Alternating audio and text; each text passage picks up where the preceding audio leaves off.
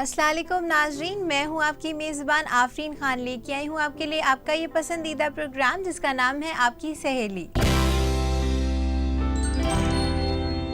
नाजरीन, आज हम आपके लिए लेकर आए हैं स्टाइल बाजार, जिसमें हमारे एक्सपर्ट आपको बताएंगे कैसे बन सकते हैं आप एकदम स्टाइलिश और ट्रेंडी, और साथ ही साथ आपकी मुलाकात कराएंगे हमारे लाइफस्टाइल एक्सपर्ट से। इससे पहले शुरुआत करें आज के इस एपिसोड की। चलिए देखते हैं इसकी एक छोटी सी झलक।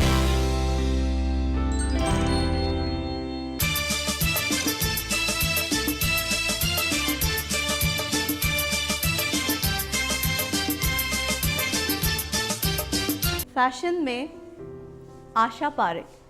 60s में आपने बहुत सी मूवीज़ देखी होंगी जिसमें तीसरी मंजिल और बहुत सारी, शम्मी कपूर, देवानंद के साथ आशा पारेख का अपना एक आइकॉनिक स्टाइल था।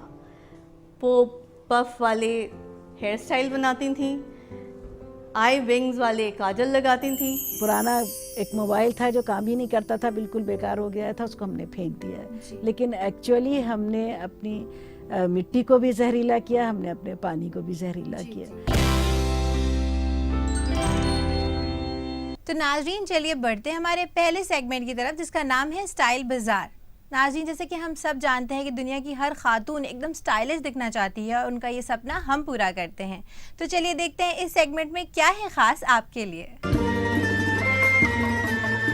खुशामदीद नाज़रीन, आज हम लोग बात करने जा रहे हैं हॉलीवुड में फ़ैशन। हॉलीवुड यानी हमारी फिल्में, हिंदुस्तान की फिल्में जिसको देख देख के हर इंसान बड़ा होता है। आज हम लोग बात करेंगे 60s के फ़ैशन की, यानी 60s के एरा में कौन सी बड़ी हीरोइंस थी, हीरोज़ थे, उन्हीं ने कौन से कपड़े पहने, किस तरह के फ़ैशंस उनकी वजह से हिंदुस्तान में आ गए, और कौन सा मेकअप, हेयर स्टाइल यहाँ पॉपुलर हो गया और ऐसा क्यों हुआ। ये सारी चीज़ें आज हम आपको बताने वाले हैं।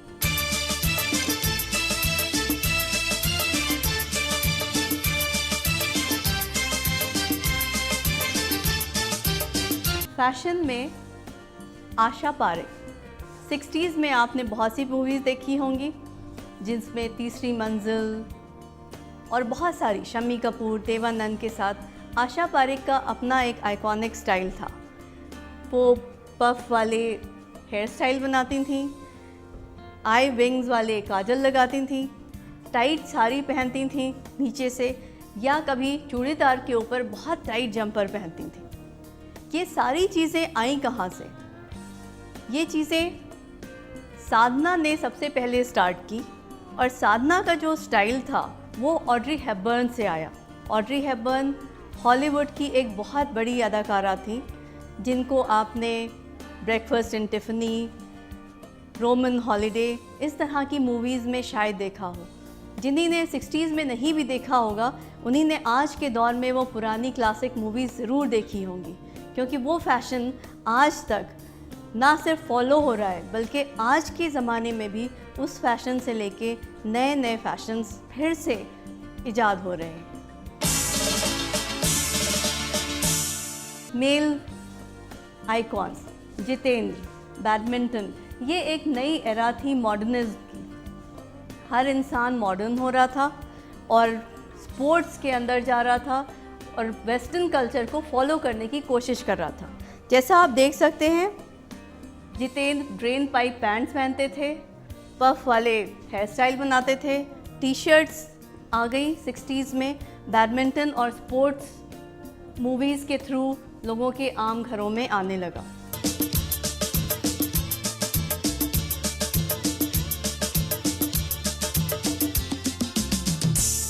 अब हम आपको दिखाने जा रहे हैं वो अदाकारा जिनके पीछे सारा ज़माना दीवाना हो गया था, यानी Saira Bano.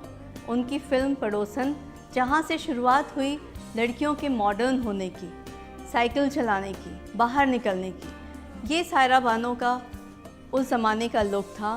Puff hair style, slacks, कुर्ते, शॉर्ट स्कर्ट्स और साथ में हेयर बैंड्स।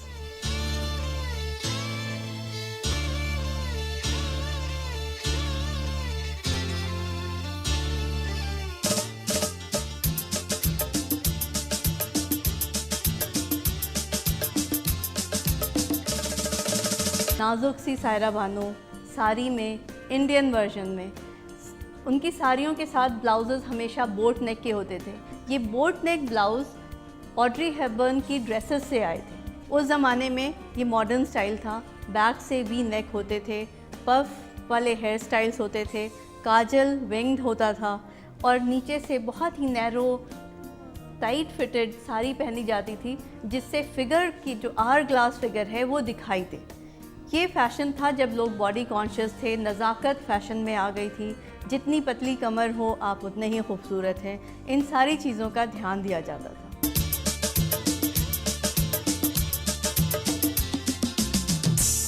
और अब हम बात करने जा रहे हैं उनकी, जिनकी वजह से पूरा हेयर स्टाइल आज तक उनके नाम से जाना जाता है, यानी साधना कट हेयर स्टाइल। जो भी 60s से अपनी ग्रैंड मदर से, मदर से कहानियाँ सुनते चले आ रहे हैं, वो हमेशा ये सुनते होंगे कि बचपन में हमारा साधना कट हेयर स्टाइल था, यानी French hair style. French cut जो आपके फ्रिंजेस करते थे उसको साधना कट कहते थे, क्योंकि साधना ने सबसे पहले ये हेयर स्टाइल बनाया। और साधना को ये हेयर स्टाइल बनाने का इंस्पिरेशन मिला ऑड्री हेपबर्न से, क्योंकि ऑड्री हेपबर्न ने सबसे पहले रोमन हॉलिडे के लिए अपने बाल कटवाए और बॉब, पहली बार किसी मूवी में हीरोइन बॉब हेयर स्टाइल में आई। उनके फ्रिंजेस थे और वो फ्रिंजेस हिंदुस्तान में आके साधना कट कहलाने लगे। उसके साथ ही साथ साधना चूड़ीदार के ऊपर कुर्ते पहनती थी, जो कुर्ते बहुत टाइट फिटेड होते थे, पतली दामन के होते थे, उसके ऊपर दुपट्टा होता था। उस ज़माने तक वेस्टर्नाइज्ड कपड़े इतने ज़्यादा आम तौर से फिल्मों में नहीं दिखाए जाते थे, तो उन वेस्टर्न कपड़ों को हिंदुस्तानी कपड़ों में कन्वर्ट करके हीरोइनों को पहनाया जाता था। और वो फिल्में जब लोग देखते थे तो उन फिल्मों से फ़ैशन को फॉलो करते थे। वो ज़माना कंप्यूटर का नहीं था, इंटरनेट का नहीं था, टीवी का नहीं था, सिर्फ फिल्में ही थीं जिससे फ़ैशन हम तक पहुंचता था, हमारी आम दुनिया तक पहुंचता था।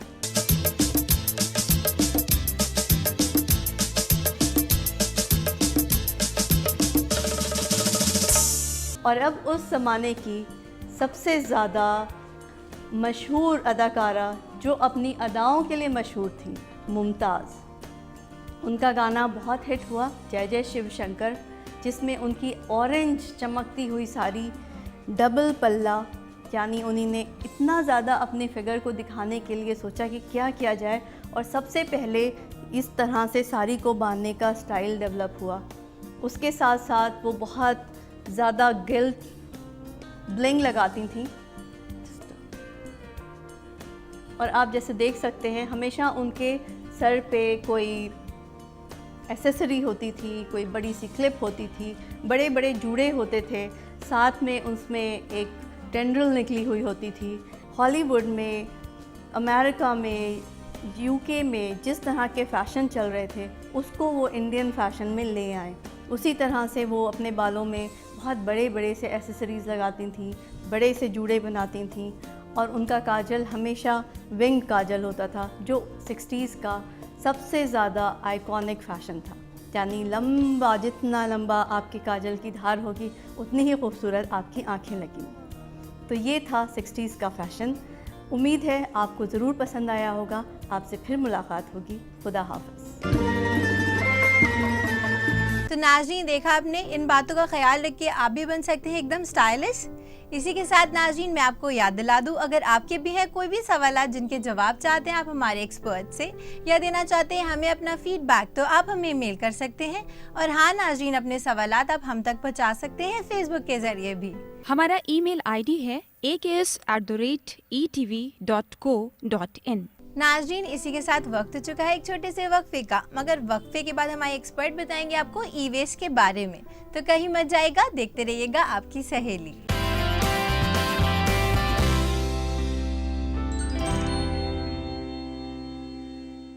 नाज़रीन, वक्फे के बाद आपका खैर मकदम है इस प्रोग्राम में जिसका नाम है आपकी सहेली। नाज़रीन, चलिए बढ़ते हैं हमारे दूसरे सेगमेंट की तरफ जिसका नाम है लाइफस्टाइल एक्सपर्ट टॉक। नाज़रीन, आज का हमारा मौजू बहुत ज़्यादा ख़ास है। आज हम बात करने वाले हैं ई वेस्ट के बारे में, और इस बारे में तमाम जानकारी देने के लिए हमारे साथ स्टूडियो मौजूद हमारी एक्सपर्ट जिनका नाम है तस्वीर ज़हरा नकवी। तो चलिए चलते हैं इनके जानिब और इस्तकबाल करते हैं इनका। मैम, आपका इस्तकबाल है हमारे इस प्रोग्राम में। नज़रिया है। मैम, जैसे कि हम सब जानते हैं कि आज हम बात करने वाले हैं ई वेस्ट के बारे में, तो सबसे पहले आप हमारे नाज़रीन को बताइए होता क्या है। आफरीन, बहुत ही अच्छा टॉपिक है आज का आपका। ये भी इसके बारे में बहुत कम लोग जानते हैं अभी तक।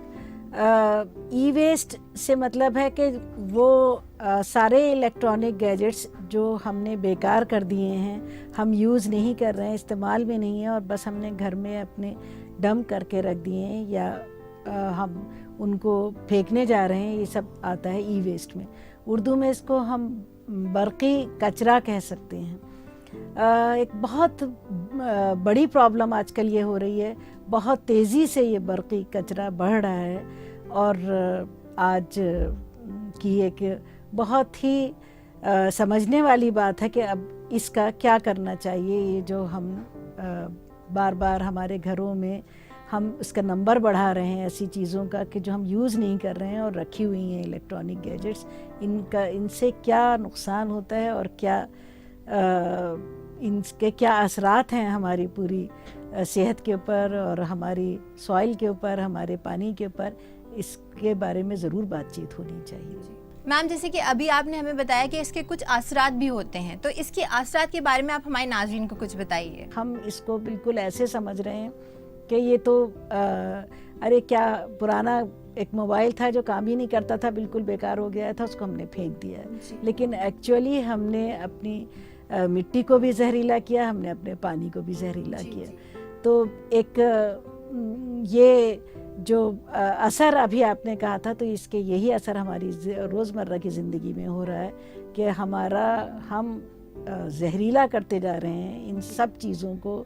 जितना ज़्यादा हम फेंकेंगे इनको ट्रैश में, कूड़े में वेस्ट करेंगे, इतना ही ज़्यादा हम अपने पानी को और मिट्टी को जहरीला करते जाएंगे। मैम, जैसे कि आपने हमें इनके असरात के बारे में बताया, तो इनसे कैसे बचा जा सकता है, ये आप हमारे नाज़रीन को बताइए। सबसे ज़्यादा इम्पॉर्टेंट यही बात आती है कि हमें अपने ऊपर थोड़ा सा कंट्रोल करना पड़ेगा, जब्र करना पड़ेगा कि ज़रूरी नहीं है कि जो भी नया गैजेट है, जो भी आ गया है मार्केट में, उसको हमें ख़रीदना फ़र्ज़ हो गया है। ये कोई सारी मोबाइल बनाने वाली कंपनीज़ एक दो फीचर्स, एक फ़ीचर बढ़ाकर या कुछ एक फ़ीचर चेंज करके और नए मॉडल ले आती हैं काफ़ी कीमत बढ़ाकर, और फिर उसके एड्स दिखाती रहती हैं और हम उस जाल में फंस जाते हैं कि हमारा अब ये पुराना मोबाइल तो बेकार हो गया, हम अब नया मोबाइल हमें ख़रीद ही लेना चाहिए, नया वाला। ये एक ऐसी दौड़ है कि जिसमें वो हमें मजबूर करते रहते हैं कि आप अपनी इतनी मेहनत से कमाए हुए पैसे को अब बस आकर और नया मोबाइल ख़रीद लीजिए। जबकि इससे हमें बचना होगा, क्योंकि एक तो हमारी इतने हार्ड एंड मनी, यानी इतनी मेहनत से कमाया हुआ पैसा खर्च हो रहा है सारा, और फिर दूसरा ये कि हमारा जो पुराना मोबाइल है वो एक वेस्ट हो जाएगा। वो रखा हुआ, वो ही वेस्ट बन रहा है और वो रखा हुआ है बिना किसी काम किए, वो हमें सिर्फ रेडिएशंस दे रहा है और वो एक घर में रखा हुआ एक ऐसी वेस्ट है जो कुछ ना कुछ हमें नुकसान पहुंचा रही है, हमारे कमरे की एयर को भी, हमारे उस कमरे के माहौल को भी, जहाँ भी वो रखा हुआ है। तो एक तो इस दौर से बचना है, रेट रेट से बचना है कि नहीं, हमें हर चीज़ नई ख़रीद लेनी चाहिए। दूसरा ये कि मोबाइल में एक छोटी सी भी ख़राबी आ गई है, तो एक यूज़ एंड थ्रो वाला कल्चर आ रहा है हर चीज़ में कि अच्छा चलो छोड़ो, अरे कौन जाके अब इसको ठीक कराए, इसको फेंको, अब दूसरा ले आते हैं। लोग भी यही राय देते हैं कि अरे कहाँ ठीक कराओगे, अब दूसरा ले आओ। हालांकि जो जानते हैं ई वेस्ट की प्रॉब्लम्स को, वो हमेशा डेवलप्ड कंट्रीज़ बार बार ये कह रही हैं अपने शहरियों से कि आप उस चीज़ को थोड़ा सा ठीक कराकर, उसको फिक्स करवा कर, उसको थोड़ा सी उसकी मरम्मत करा के कोशिश कीजिए कि वही पुराना गैजेट आप इस्तेमाल करें, क्योंकि कोई फ़ायदा नहीं है कि नए ई वेस्ट बनाने से। तो हम ये जो यूज़ एंड थ्रो वाला कल्चर है, इसको भी थोड़ा सा बदलना होगा और अपने ऊपर थोड़ा सा कंट्रोल करना पड़ेगा कि नहीं, ये हर चीज़, हर नया गैजेट ख़रीद लेना हमारी ड्यूटी नहीं है। मैम, मैं आपको यहीं पर रोकना चाहूँगी और अपने नाज़रीन को याद दिला देना चाहूँगी, अगर उनके भी हैं कोई भी सवालात जिनके जवाब चाहते हैं वो हमारे एक्सपर्ट से, या देना चाहते हैं हमें अपना बेशकीमती फीडबैक, तो वो हमें मेल कर सकते हैं। और हाँ नाज़रीन, अपने सवालात आप हम तक पहुँचा सकते हैं फेसबुक के ज़रिए भी। हमारा ईमेल आईडी है aks@etv.co.in। नाज़रीन, इसी के साथ वक्त हो चुका है एक छोटे से वक्फे का, मगर वक्फे के बाद हम आपको देंगे और भी बहुत सारी जानकारियाँ, तो कहीं मत जाएगा, देखते रहिएगा आपकी सहेली।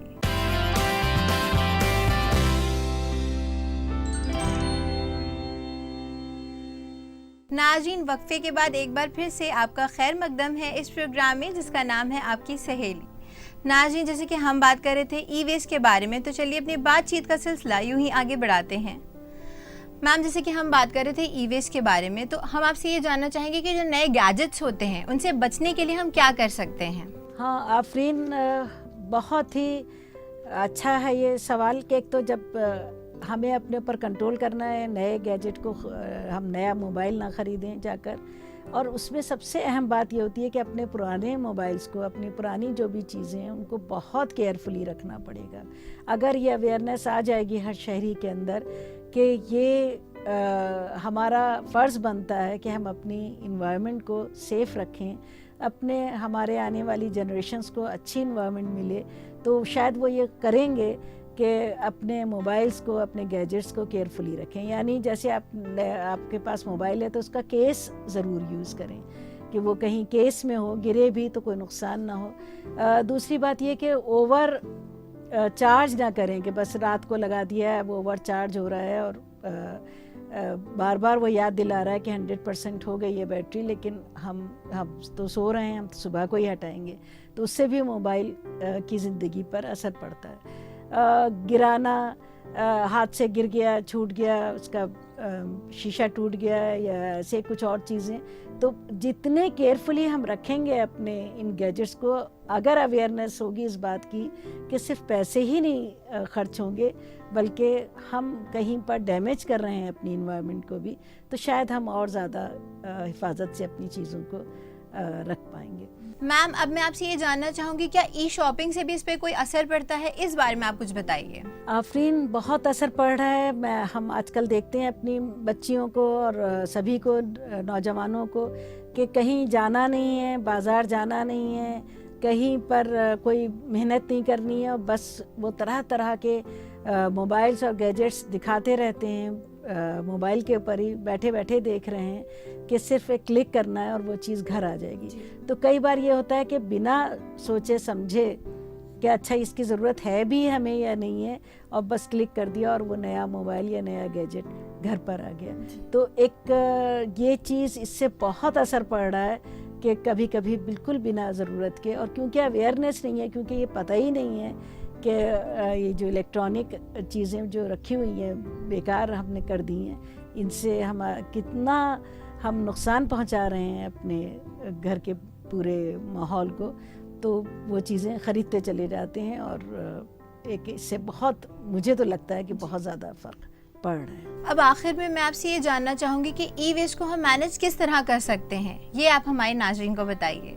आफरीन, ये एक बहुत बड़ा सवाल है कि जब हम इन सारे इलेक्ट्रॉनिक ये ई वेस्ट या बरक़ी कचरे को हम कचरे की तरह नहीं यूज़ कर सकते और उसको फेंक नहीं सकते जाके, जैसे और हम सब चीज़ों को फेंक देते हैं, तो फिर हम क्या करें? घर में हमें रखना ही पड़ेगा। अगर हमने लोगों को दे दिया तब भी कुछ होता है, तो ये हमारी गवर्नमेंट की, हमारे बिल्कुल ज़िम्मेदारी बनती है।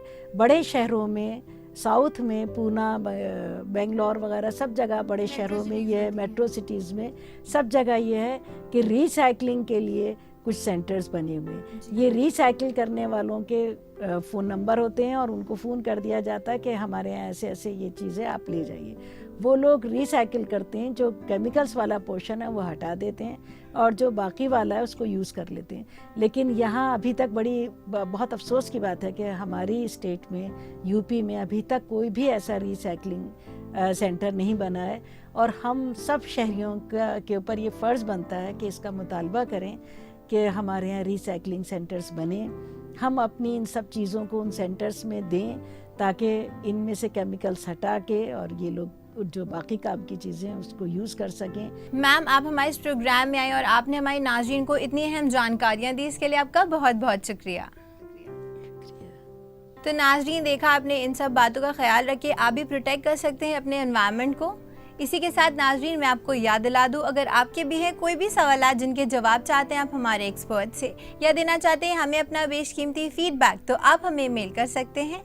और हाँ नाज़रीन, अपने सवालात आप हम तक पहुँचा सकते हैं फेसबुक के ज़रिए भी। हमारा ईमेल आईडी है aks@etv.co.in। इसी के साथ नाज़रीन, वक्त हो चुका है हम अपने प्रोग्राम को यहीं ख़त्म करें, लेकिन होगी आपसे फिर मुलाकात बहुत सारी नई जानकारियों के साथ।